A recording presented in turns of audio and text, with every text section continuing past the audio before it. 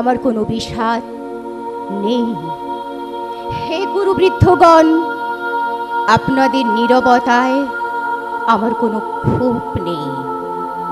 পিতামহ ভীষ্ম, ক্ষমা করবেন, আপনাকে প্রণতি জানাবার স্থিরতা আজ নেই। আর কর্ণ, তোমার জন্য ঘৃণাও বড় বেশি মনে হয়। আর হে আমার পঞ্চস্বামী, আর্যাবর্ত বিজয়ী বীরশ্রেষ্ঠ অর্জুন, শক্তিমান ভীম, নকুল, সহদেব, আর আপনি ধর্মপুত্র, আপনারা আমার কৃতজ্ঞ অভিবাদন গ্রহণ করুন। আমি সর্বজ্ঞা নই, যজ্ঞভূমির অগ্নি থেকে আমার জন্ম। ধর্মাধর্মের ক্ষুরোধার পথ আমার অজানিত। আর্যপুত্র, আপনার বিচার তাই আমার পক্ষে ধৃষ্টতা। আপনার কোনো বিচলন নেই।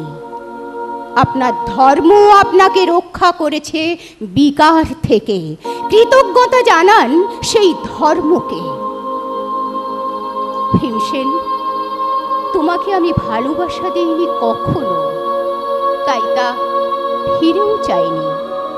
শুধু তোমাকে আমার জিজ্ঞাসা ছিল ফাল্গুনী, ঊর্ধ্বচারী মৎস্যের ছায়ালিনী চোখের থেকেও দুর্লক্ষ কি দুর্যোধনের বুক? বলো সত্য করে, প্রেম নয়, শুধু পৌরুষের আস্ফালনই ছিল পাঞ্চালী বিজয়ের পটভূমি? কিন্তু মিথ্যা প্রশ্ন। আমি জানি তোমার কোনো উত্তর নেই, যেমন নেই কোনো ভালোবাসা। তোমার শুধু আশা আছে। কৈশোর থেকে তুমি জেনে এসেছো বীর ভোগ্যা পৃথিবী আর রূপ মুগ্ধা নারী। জেনেছো একদিন ধার্ত রাষ্ট্রের হাত থেকে ছিনিয়ে নিতে হবে কৌরব উত্তরাধিকার। জেনে এসেছো যেখানে যা কিছু সর্বোত্তম, সেখানেই পৌঁছতে হবে তোমাকে। শুধু এই কুমারী লক্ষ্যের দিকেই তোমার দৃষ্টি ধনঞ্জয়। তাই অনায়াসে তুমি সরে যাও এক নারী থেকে অন্য রমণীতে।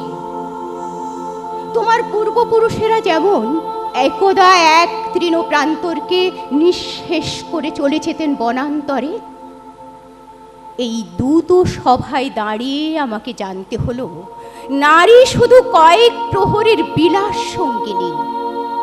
মণিময় হার, শত সহস্র তরুণী দাসী, দান্ত মাতঙ্গ, গন্ধর্ব প্রেরিত অশ্বযোত, আর আমি পাণ্ডু পুত্রবধূ এক পংক্তিতে দাঁড়িয়ে।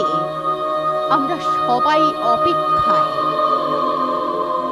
পিতৃগৃহে যেমন দেখেছিলাম আহিরিনীরা দূর গ্রাম থেকে নিয়ে আসে তাদের পসরা, আর তার উপর ঝুঁকে পড়ে লুব্ধ ক্রেতার দল। আমাদের ব্যবহার করবার জন্য তেমনি উন্মুখ হয়ে আছে যারা আমার পতির আত্মীয়। আর আমাদের বিলিয়ে দিচ্ছেন যারা, তারা আমার পঞ্চস্বামী। বিবাহের মঙ্গলসূত্র হাতে বেঁধে যারা একদিন আমার উপর নিয়ম সিদ্ধ করেছিলেন তাদের অধিকার। না, শুধু এই রত্নমণ্ডিত সভাগৃহেই নয়, আরো আগে আমাকে জানতে হয়েছিল নারী শুধু কয়েক প্রহরের বিলাস সঙ্গিনী। আরো আগে আমাকে জানতে হয়েছিল আমার কোনো বাসনা নেই, নেই কোনো নিজস্ব ইচ্ছা। অর্জুন, প্রথম দেখার মুহূর্তে আমার হৃদয় দিয়েছিলাম তোমাকে, অথচ আমার শরীরকে প্রথম আলিঙ্গন করলেন ওই মহাভাগ যার খ্যাতি ধর্মপুত্র বলে।